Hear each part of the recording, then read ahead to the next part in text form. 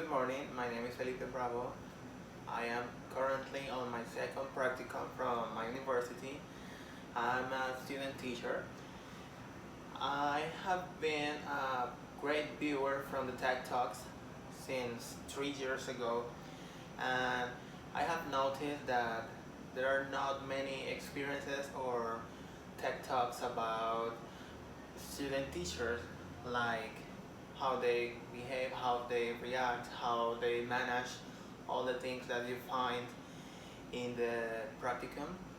So I said, why shouldn't I do this video about my practicum?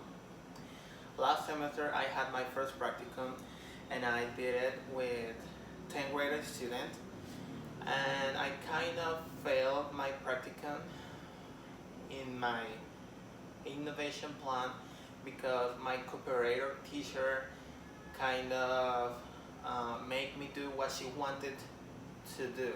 It was just about reading. The student had to read the book and they were just not having a great time.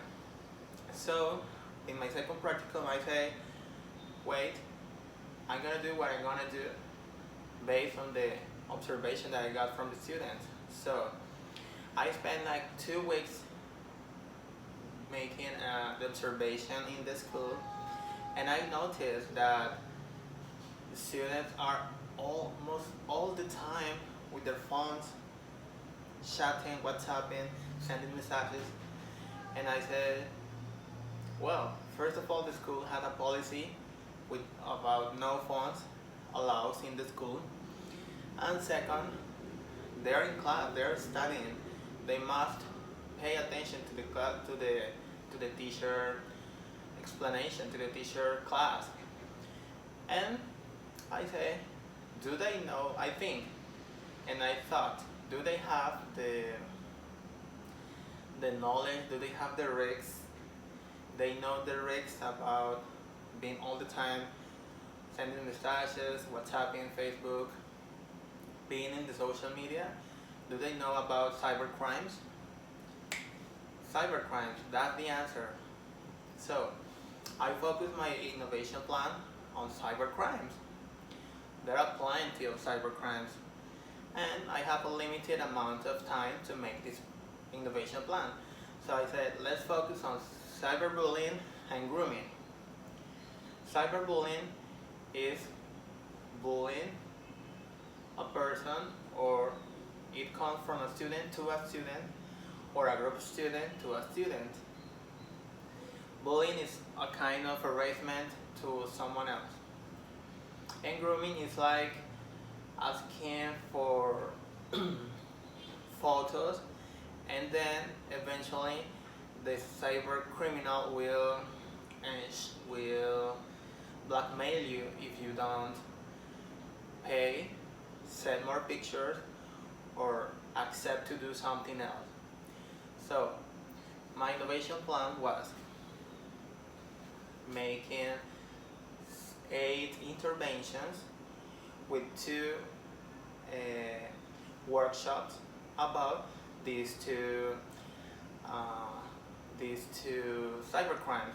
So number 1 was the workshop about cyberbullying. There I had some Kahoot games and some information literacy for the students to know more what cybercrime is, what cyberbullying is. Then, with the help of a software engineer, I created an application, where I upload some cases from Colombian students that had experienced those crimes, those cyber crimes. So they were like common Facebook or Twitter publications. This short, not too much information, because the student would eventually get bored. So each intervention was about reading this content, these cases, and the student had to, in a collaborative way, to comment, suggest, or solve the problem that they were facing in the application. I thought that was a great idea. So there were 8 interventions again. Number 1, workshop. 2, 3, and 4 was working on the app. Number 5 was another workshop about grooming. And the next 3 was again working with the application.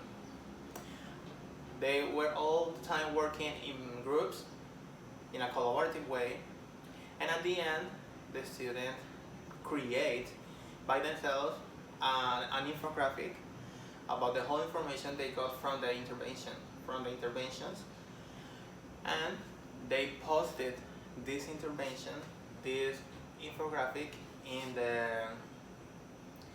the hall of the institute and in their Facebook pages and WhatsApp applications to inform the people around them the risks about these cyber crimes, how to detect them, and how to react at the time of facing these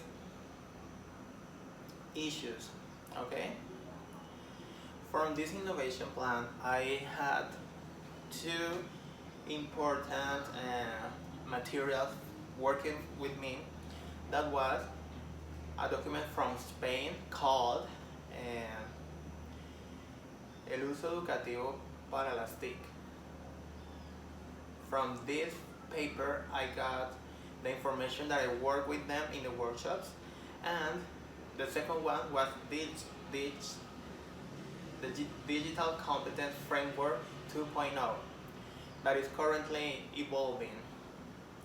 In this document, they have 5 important areas that are: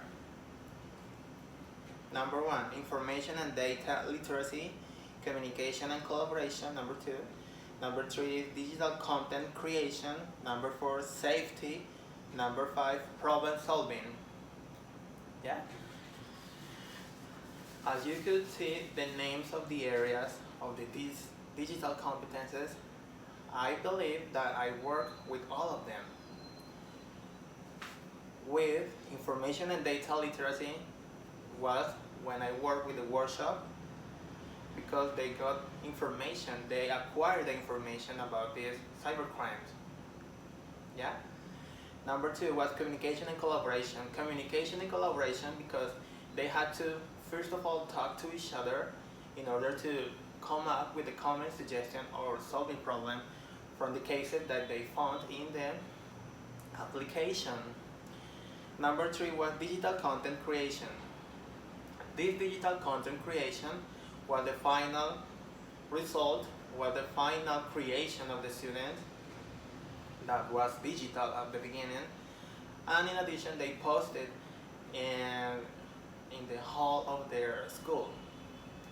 Safety is number 4. Safety, why? Because they have to be aware of the cyber crimes that are surrounding us. They are really, really near to us. They don't know, they are not aware of that, but I believe that now they are more aware of how they manage their social media. Number 5 was problem solving. Problem solving because as they saw in the application these cases about people that were being cyberbullied and being groomed, they tried to solve this problem. Probably they not solve it at all, but they make suggestion and had some empathy about these people, and again try to solve this problem because they were really touchy for them. Some of the students experiences a kind of great empathy. Some of they felt really bad for the people that had these cases. These were real cases from Colombian students, and they didn't realize how big is this, how important it is for them to know what are cyber crimes. So finally, I'd like to thank a professor from the university that gave me these tools. I am currently taking a class about the use of TIC in the education, and she filled out with a lot of information, with a lot of documents, and thanks to her I come up with this great idea about cybercrimes. I hope you enjoy my video and see you next time. Bye.